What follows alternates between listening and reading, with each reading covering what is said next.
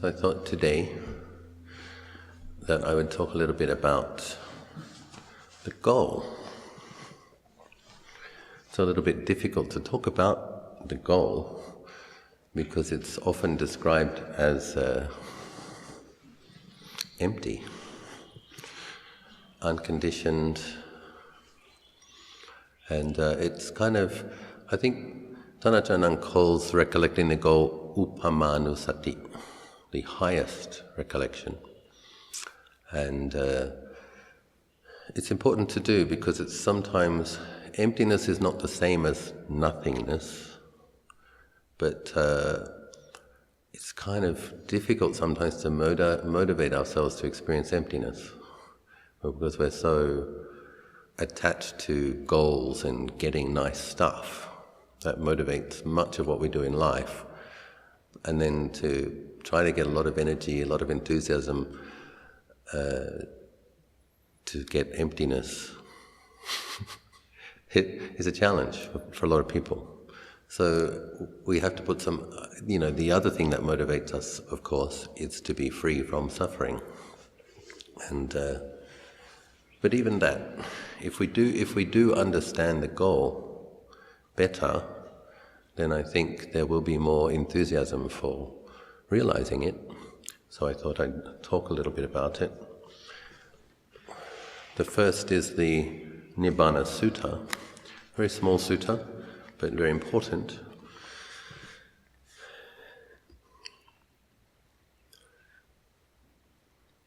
There is an unborn, unoriginated, uncreated, and unformed.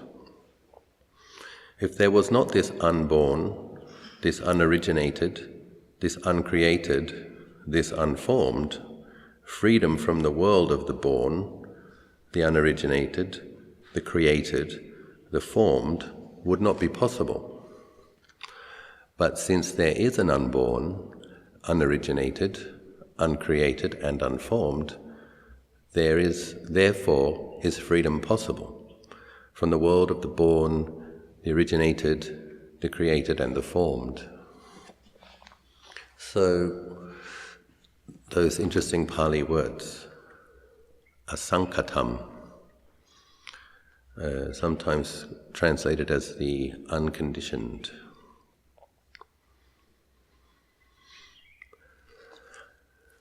So, what we can observe in this world is, in terms of conditions, is things that are born, stay for some time, break apart, and cease.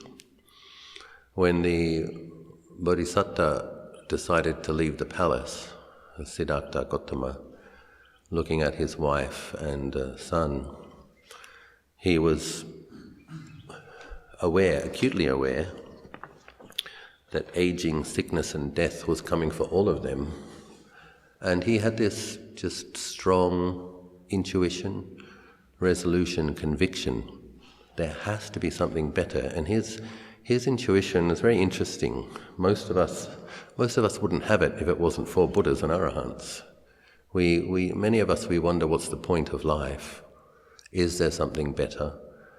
But the Bodhisattva had the hypothesis, because there is a conditioned, because there is that which is bound to birth and death, there must be a deathless.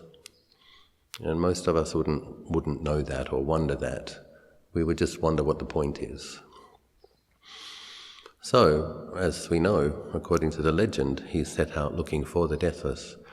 There's this wonderful story that's relayed when, after practicing for the jhanas, and at one point he was wandering through Rajgir, and this was before he was emaciated, practicing austerities, I assume, recently renounced, and King Bimbisara saw him wandering through the town, and he instantly knew that he was royal noble stock by his carriage and demeanor, his grace, his complexion, all these various things.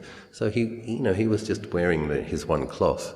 He had renounced already, he cut his hair, but just from his appearance the king knew, oh, The king was so impressed, he had his people follow him, found out where he was and approached him and said, I'm impressed with you. I would like to offer you joint rulership of my kingdom. Can you imagine this? A king has just glimpsed you, and Rajagaha was a big kingdom. It wasn't a small kingdom. Rajagaha and Magadha were the biggest kingdoms of the day. So it's probably the equivalent of, the United States and Russia or something in India. And so the king of this great nation said, I want to give you joint rulership of my kingdom. And the Bodhisattva says, I am not seeking worldly success or pleasure. I see these things as bound up with death. I'm seeking the deathless. At which point King Bimbisara said, you can have my entire kingdom. Because he was so impressed with that answer. He's like, I want to study with this person's interesting. You imagine you're a king, you talk with these different practitioners, you meet the intellectuals of the day, the poets, the artists, you meet the impressive people. He, no doubt, had never met somebody like that. He's like, okay, I'll give it all to you.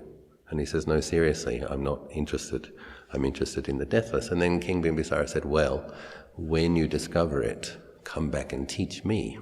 And that was an important meeting, because when the Lord Buddha did discover it, and after he taught his first disciples, and they realized the same deathless,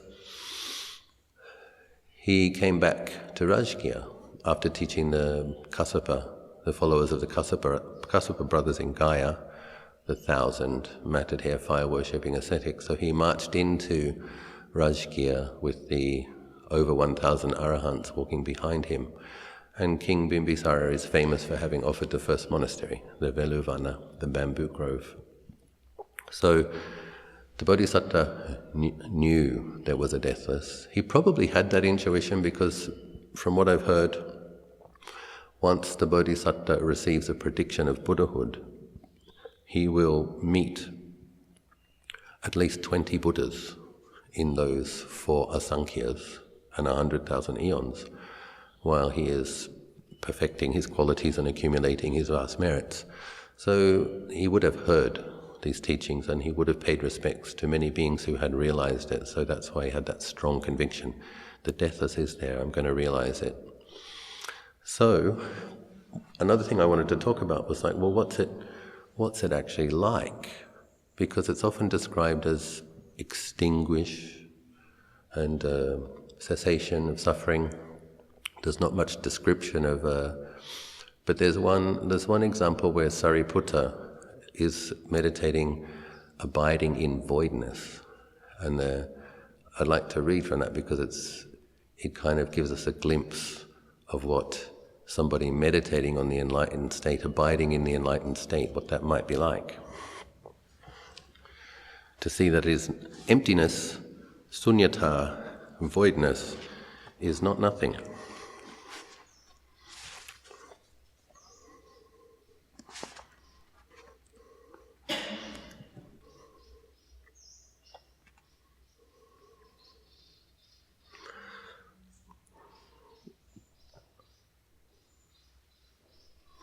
After he had become securely established in the highest goal, meditation became for Sariputta a natural expression of his realization rather than a means towards some higher attainment. So the arahants can abide in their liberation.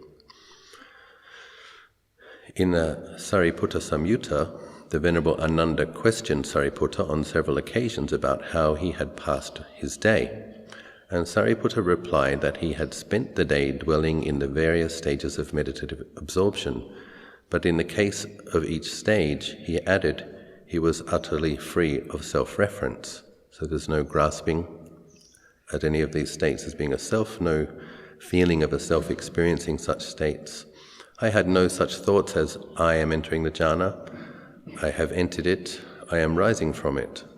On another occasion, Sariputta described to Ananda how he could enter a unique state of concentration in which he would not be cognizant of any familiar object of cognition.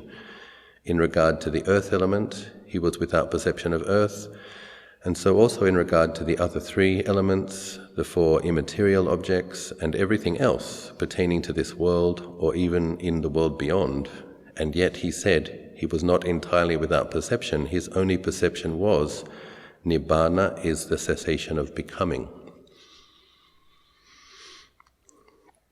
There are other suttas where a monk is looking for the end of the universe. He thinks that if he can find the end of the universe, he'll be liberated.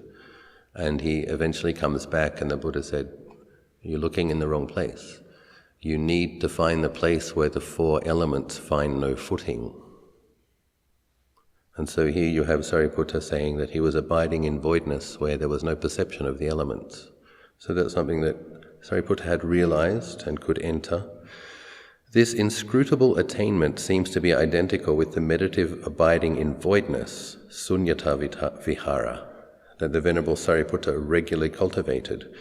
We read in the Bindabata Parisutti Sutta that the Buddha once noticed that Sariputta's features were serene and radiant and asked him how he had acquired such radiance. Can you imagine that? The Buddha saying, "Oh, you look radiant today." Thank you, Lord. Sariputta replied that he frequently practiced the abiding in voidness. Thereupon the Buddha exclaimed that this was the abode of great men and proceeded to describe it in detail. The commentary identifies this abiding in voidness with the fruition attainment of arahantship. Arahatapala samapati. It's a very interesting occasion. Upon by focusing on Nibbana's aspect of voidness, emptiness. So what is it? Emptiness of grasping at self, emptiness of grasping at permanence, emptiness of grasping at things deludedly, thinking that they give pleasure, and not grasping at the elements or any mind objects. When Sariputta became absorbed in this meditative state, even the gods from the highest heavens descended to venerate him, as the Venerable Mahakassapa testifies in the following verse. These many devas, powerful and glorious, 10,000 devas from Brahma's company, stand with joined hands worshipping him, Sariputta, wise marshal of the Dhamma, the great meditator in concentration. Homage to you, O thoroughbred man, homage to you, O supreme man. We do not know what it is, independence on which you meditate. So this is one occasion where we get a glimpse. Sariputta is abiding in voidness,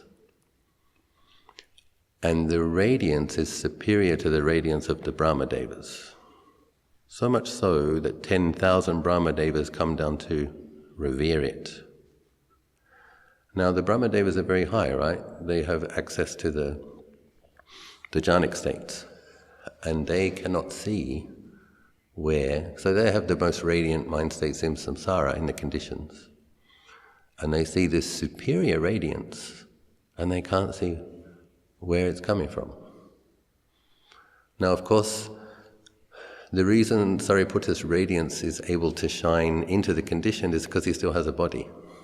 So because his body is part of the conditions, he's in that jhanic state that you could understand it as the unconditioned, the radiance of the unconditioned is shining into the conditioned because he has a body still. Once he enters Mahaparinibbana himself, that he will abide in that radiance, his liberated mind will abide in that radiance and nobody will see, except perhaps Buddhas or other arahants. So it's just a nice little glimpse where we get to see if when you come out of that state, the Buddha praises your complexion. You understand, see sometimes Lord Buddha explains that his teaching is neither nihilistic or eternalistic, and that's very important. A lot of Theravadins assume that Nibbana is nihilism. We want to end suffering. It's like some wonderful, great, grand suicide. I finally got to kill myself. I don't have to suffer anymore. Yay. Wrong view. There's no suicide there. And probably the Vajrayanists incline more towards the eternalism. They're going to be a Buddha with boundless liberation, benefits everybody. And Lord Buddha says his teaching does not fall into either of these extremes. So it's not nihilism, it's not eternalism. Why is it not eternalism? Because it doesn't degenerate from that state, so why is it not eternalism? I think the point is there's no being there that lives forever. There's a purified mind that's liberated. And so it is sometimes described as unshakable peace. Another glimpse that we get, Ajahn Chah described it as unshakable peace. Another glimpse that we get is if we know people who've attained the goal. It's an even an interesting statement, isn't it? There's the limitation of conventional language. We say, they have attained the goal. What attainment? The attainment is letting go of everything. That's what they attained. And they attained emptiness. They attained non-grasping. And what did they get? They got unshakable peace.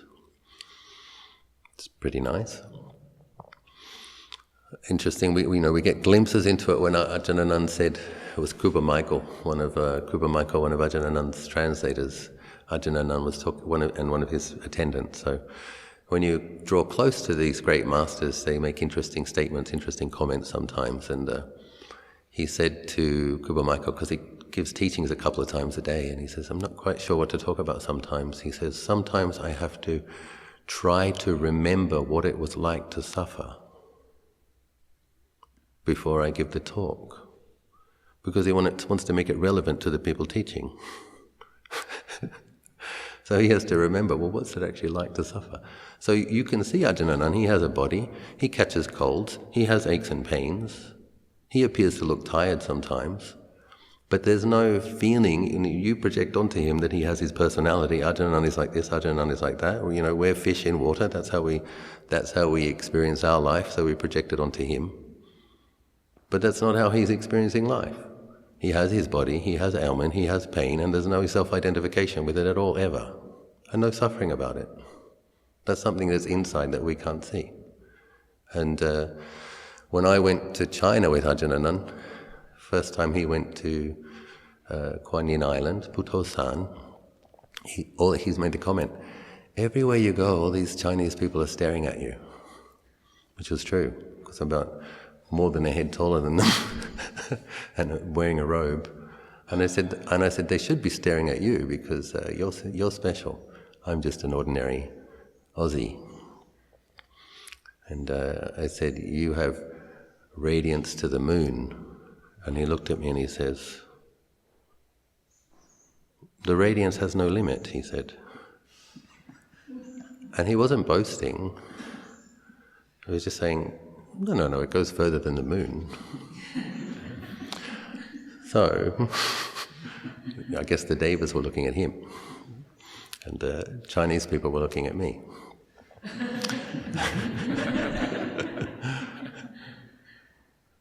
So the point is for those who attain the goal, we can see that they don't suffer. And it's curious, it's a subtle thing, like from the outside they may appear to, but it's the body, the nature of the body, and the habits, but the mind, which is established in Nibbana, and then what that sutta describes is that the Arahant can absorb the jhanas with no sense of self. They understand the self-view, they still have volition, they can still do stuff, like they can talk to you. You go and pay respects to an Arahant, they ask, how are you? Or where have you been? Where are you going? It's one of the qualities they say that the remarkable qualities of the Buddha is that although he's enlightened, he talks in the normal conventions of the day. So it's like you can go and see this great liberated sage that isn't attached to anything and abides in emptiness, and he'll say, how are you today? And listen with kindness. And even though he doesn't think he's a self, he does understand that everyone else still does. And then he teaches a gradual training. of how people can liberate themselves from their grasping and have penetrative insight. And in the Ratana Sutta that we chanted last night, there's some reference to this meditative state as well.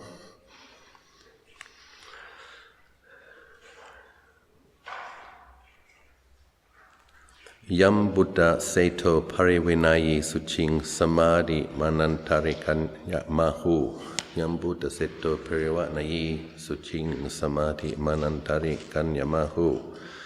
What the excellent awakened one extolled as pure and called the concentration of unmediated knowing, Anantarikanam. No equal to that concentration can be found. This too is an exquisite treasure in the Dhamma. So that's the Dhamma. The liberated state is the Dhamma. The person experiencing it is the Buddha and the Sangha. But I wanted to just point to the fact that it's a wonderful, to think. Imagine Sariputta meditating. And in his meditation experience, there's no attachment to the four elements, there's no attachment to the perceptions, there's no attachment to anything in the world of these four elements, and there's no attachment to he said, in the other world, so the heaven realms with the more subtle form. And yet, his radiance is so bright that 10,000 Brahma Devas come and revere it, because the Brahma Devas are impressed by radiance and brightness and boundlessness. That's what they've attained. But their attainment is conditioned. And with their very subtle faculties, and they're able to see there's a difference. This radiance is superior, it's brighter, it's clearer. For monks who have divine eye, I'm fortunate because I know a few of them, they can see the quality of your meditation at a glance, because they can see with their physical eye and they can see with their mind's eye as well. So they see your physical body and they see your subtle body. If you have some samadhi but not very good mindfulness and wisdom, you will have a bright mind. But it's a bit like one of these light bulbs. If you have good mindfulness and wisdom, it's a bright and clear light around you. So if you just got out of bed and didn't meditate and you're feeling a bit grumpy, you have a clouded, dull, grey light. But if you purify your mind, you have diamond-like clarity. And they can see that at a glance. This one's got samadhi, this one's got samadhi and insight, this one's completely liberated.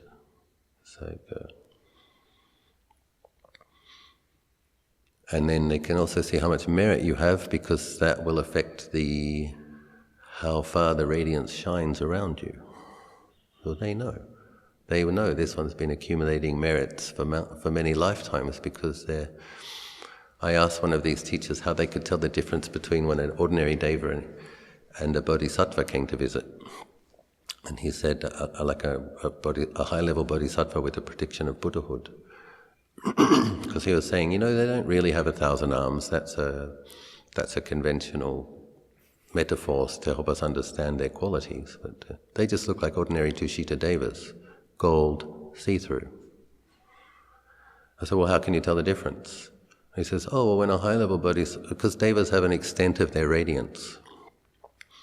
But when a high-level bodhisattva comes, I can't see where their radiance ends. So it fills the sky, as far as that great master's divine eye has a capacity to see. So, the point I'm making is all of your practice brings results, whether you see it or not. It's accumulating merits. The efforts you make at cultivating clarity and mindfulness brings results. And the goal, being able to abide in the bliss of having realized emptiness with no grasping at anything is superior, say the wise. The Brahma Devas revere it. The Buddha praises the radiance. So I just wanted to offer these reflections to encourage you that the goal is worth striving for, and happy striving.